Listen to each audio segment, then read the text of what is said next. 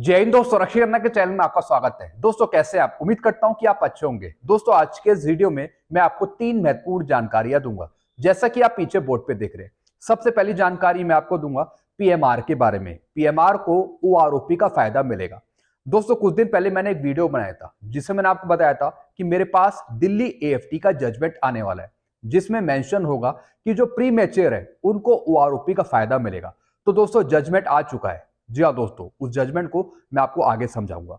अगली जानकारी दोस्तों मैं आपको दूंगा, एक पेंशनर है जिनका रैंक है सूबेदार, उनको एफएमए का पूरा एरियर मिला है 2002 से लेके अब तक। जी हाँ दोस्तों, उनका पीपीओ भी दिखाऊंगा और किस तरीके से उन्होंने एरियर लेने की कार्रवाई करी ये भी मैं आपको बताऊंगा। अगर आपको एफएमए नहीं मिल रहा या फिर आप ईसीएचएस की फैसिलिटी नहीं ले रहे।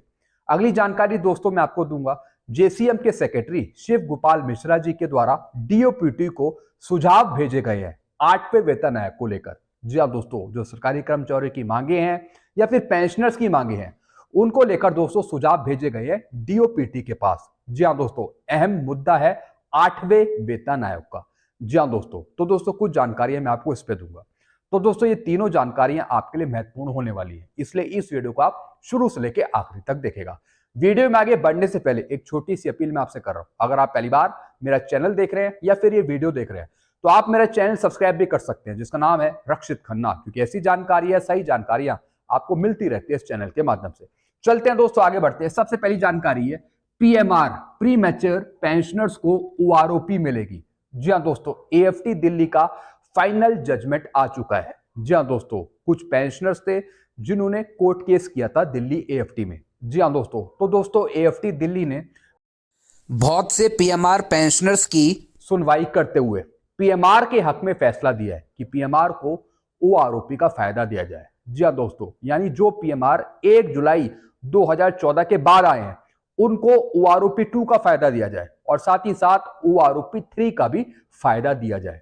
जी हाँ दोस्तों, तो दोस्तों एएफटी दिल्ली ने किसके आधार पर यह फैसला सुनाया है, किसके आधार पर, यह जानना बहुत जरूरी है। दोस्तों दिल्ली एएफटी ने कहा कि जो केंद्र सरकार है वो संविधान के आर्टिकल नंबर 14 का उल्लंघन कर रही है। जी हाँ दोस्तों, यानी पूर्व सैनिकों को संविधान के अंदर नहीं ला रही है केंद्र सरकार। जी हाँ दोस्तों, यानी केंद्र सरकार आर्टिकल नंबर 14 का उल्लंघन कर रही है, यानी सबको एक समान अधिकार नहीं दे रही है। तो इस वजह से दोस्तों ये फैसला पीएमआर के हक में आया है। जी हाँ दोस्तों, पीएमआर को ओआरओपी का फायदा मिलेगा।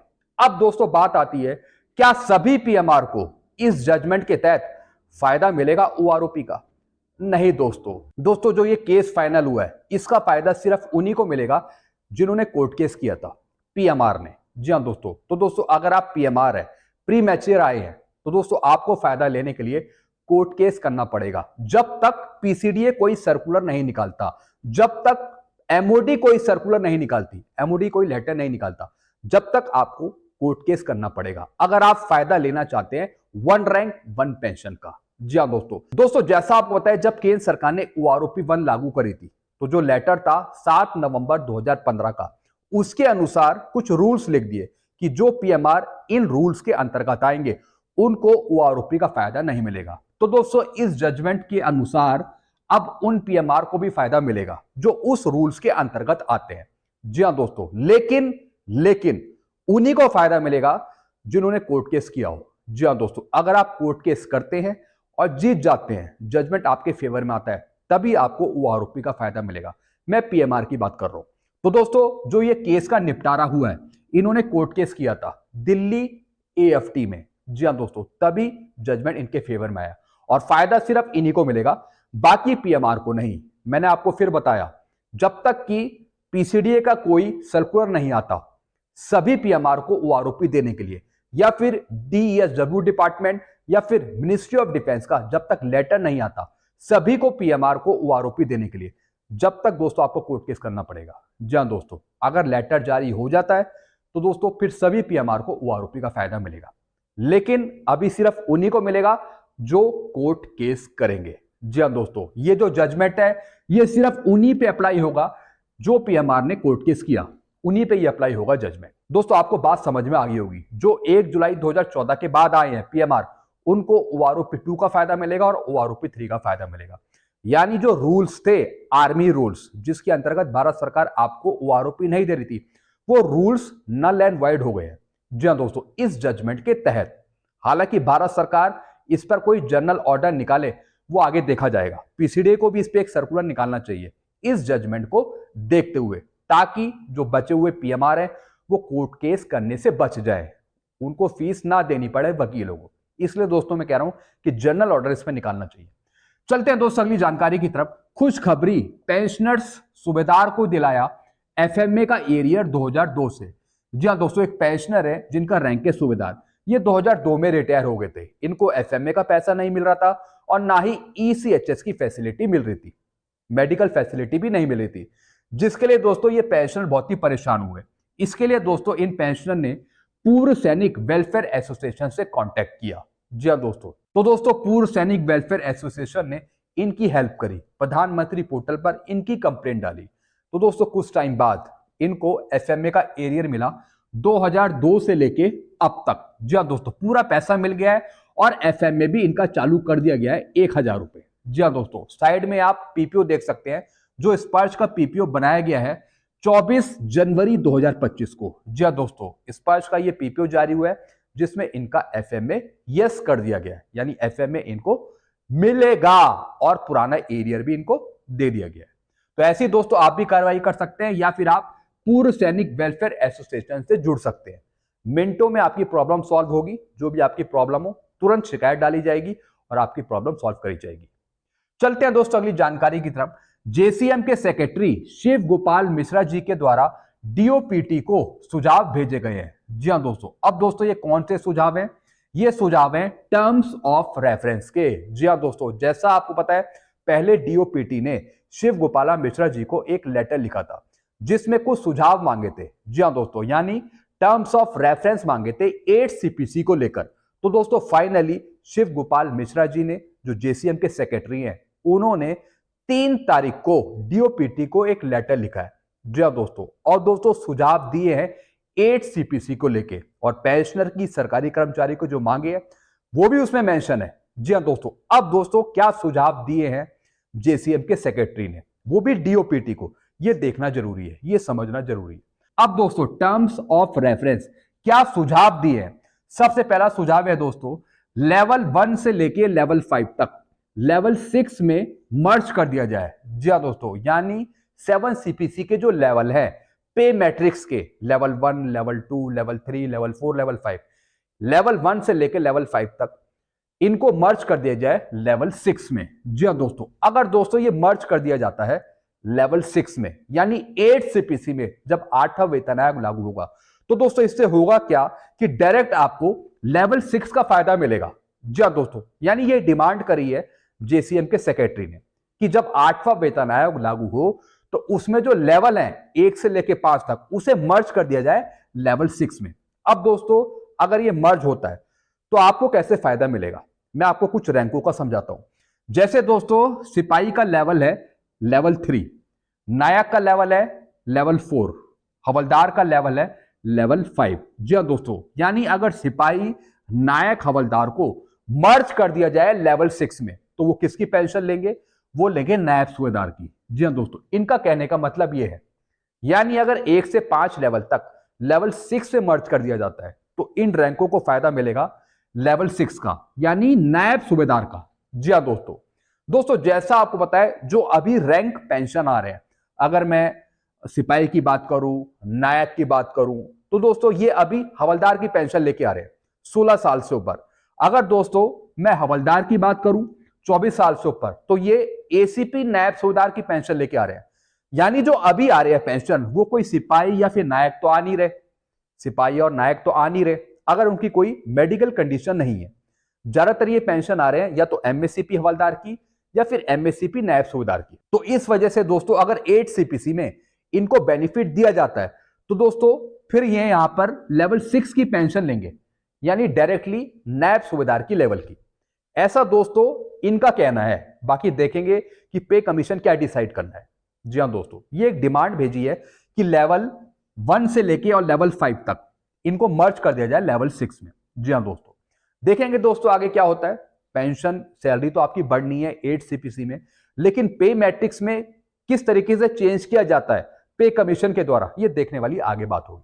तो ये मैंने आपको एक एग्जांपल समझाया कि किस तरीके से अगर मर्ज होगा तो आपको फिर किसकी पेंशन मिलेगी, जस्ट फॉर एग्जांपल। फिर दोस्तों अगला पॉइंट क्या उठाया है, कम्यूटेशन पीरियड, यानी जो अभी 15 साल का पीरियड है उसे 12 साल कर दिया जाए। जी हाँ दोस्तों, बहुत से संगठनों की डिमांड है, बहुत से संगठन कह रहे हैं कि जो पीरियड है कम्यूटेशन का उसे 15 साल से घटाकर 12 साल किया जाए। और दोस्तों ये डिमांड कहीं ना कहीं 8 सीपीसी में पूरी हो सकती है, क्योंकि दोस्तों 8वें वेतन आयोग में सारी चीजें चेंज हो जाएगी। जी हाँ दोस्तों हो सकता है कि आपकी टेबल ही बदल जाए कम्यूटेशन की। जी हाँ दोस्तों, जब कम्यूटेशन की टेबल ही चेंज हो जाएगी तो ऑटोमेटिकली जो पीरियड है वो दोस्तों कहीं ना कहीं 15 साल से घटाकर 12 साल, 10 साल, 11 साल किया जा सकता है। जी हाँ दोस्तों, तो दोस्तों हम ये उम्मीद कर सकते हैं कि नए पे कमीशन पे जो कम्यूटेशन की टेबल है वो चेंज हो जाए और जो पीरियड है वो 15 साल से घटकर 10 साल, 11 साल, 12 साल हो जाए। हम ऐसी उम्मीद कर सकते हैं नए पे कमीशन पे। तो दोस्तों यही डिमांड उठाई है कि पीरियड को कम किया जाए, 12 साल किया जाए। फिर दोस्तों अगला पॉइंट क्या बताया है, 7 सीपीसी की प्रॉब्लम्स दूर करी जाए पे और पेंशन पे। जी दोस्तों, 7 सीपीसी में जो एनोमॉलीज है, प्रॉब्लम है, उसको दूर किया जाए पे और पेंशन पे। जी हाँ दोस्तों, साथ ही साथ दोस्तों जो एमएससीपी की प्रॉब्लम है वो भी इसमें बताइए कि जो एमएससीपी की प्रॉब्लम है वो भी दूर की जाए। फिर दोस्तों अगला पॉइंट क्या बताया है, ओपीएस लागू करने की मांग। जी हाँ दोस्तों, यानी जो ओल्ड पेंशन स्कीम है उसको लागू किया जाए।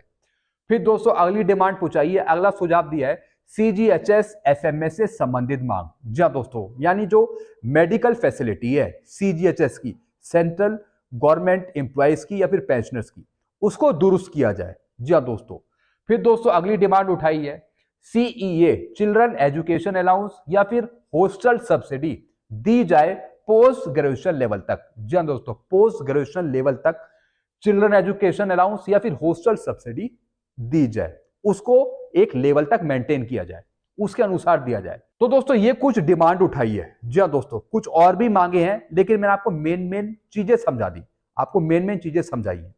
अब दोस्तों एक और चीज मैं आपको समझाऊंगा।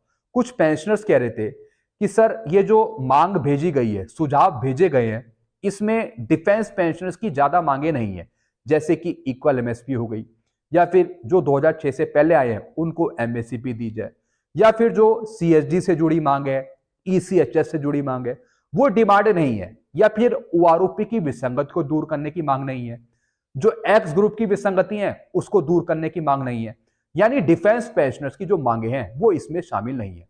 दोस्तों एक चीज मैं आपको समझाऊंगा, जो ये शिव गोपाल मिश्रा जी हैं, जो सेक्रेटरी हैं, दोस्तों ये सेक्रेटरी हैं एनआरएमयू यानी नेशनल रेलवे मजदूर यूनियन के। जी हाँ दोस्तों, और जेसीएम के, ज्वाइंट कंसल्टेटिव मशीनरी के, या फिर एआईआरएफ के। जी हाँ दोस्तों ये जो मुद्दे उठाते हैं, जो भारत सरकार के सामने ये मुद्दे रखते हैं, ये रखते हैं दोस्तों सिविलियंस के। जी हाँ दोस्तों, और साथ ही साथ जो सरकारी कर्मचारी है उनके ये मुद्दे रखते हैं। जो डिफेंस पेंशनर्स के क्या मुद्दे हैं उसकी जानकारी दोस्तों इनको कम है या फिर नहीं है। जी हाँ दोस्तों, क्योंकि ये सिविलियन से अटैच है। जी हाँ दोस्तों, जैसा आपको बताया ये रेलवे यूनियन के भी सेक्रेटरी है, रेलवे यूनियन के जो मजदूर संघ है उनके ये सेक्रेटरी है। तो जो वहां की डिमांड है, सिविलियंस की डिमांड है, वो ये उठाते हैं और वही ये रखते हैं भारत सरकार के सामने। अब डिफेंस पेंशनर की मांगे कौन रखेगा? जो दोस्तों कोई पूर्व सैनिक हो, जो डिफेंस से जुड़ी हो, वही दोस्तों मांगे रख सकते हैं भारत सरकार के पास।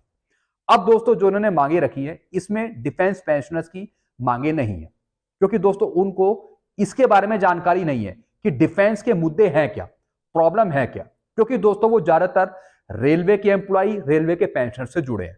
जी हाँ दोस्तों, या फिर जो दूसरे सरकारी कर्मचारी है उससे जुड़े हैं।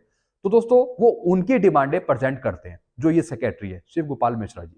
हालांकि अगर इनको बताया जाए कि डिफेंस पेंशनर्स की भी बहुत सारी प्रॉब्लम है, डिफेंस की भी बहुत सारी प्रॉब्लम है, तो दोस्तों हो सकता है कि ये मुद्दे उठाएं, लेकिन जब तक इनके पास मुद्दे पहुंचेंगे नहीं तब तक कैसे पता लगेगा। हालांकि दोस्तों डिफेंस पेंशनर्स के जो मुद्दे हैं उनके उठाने का काम है दोस्तों पूर्व सैनिकों का। जी हाँ दोस्तों, बहुत से संगठन है जो उठाते रहते हैं डिमांड। जी हाँ दोस्तों, तो दोस्तों ये मैंने आपको कुछ जानकारियां दी है। मैंने आपको बताया कि जो ये मुद्दे उठाते हैं ये ज्यादातर सिविलियंस के उठाते हैं। जो सिविलियंस हैं जैसे रेलवे के हो गए, ऑटोनोमस बॉडी के हो गए, या फिर दोस्तों किसी दूसरे सेक्टर के हो गए, हालांकि वो भी सेंट्रल गवर्नमेंट में ही आते हैं, लेकिन ज्यादातर ये मुद्दे सिविलियंस के उठा रहे हैं। तो दोस्तों ये कुछ चीजें मैंने आपको समझाई हैं। आई होप सारी जानकारी आप अच्छे से समझ होंगे। वीडियो आपको अच्छी लगती है तो वीडियो को लाइक करें और इस चैनल को आप सब्सक्राइब कर सकते हैं। कुछ पूछना हो तो आप नीचे कमेंट कर सकते हैं। Thank you so much.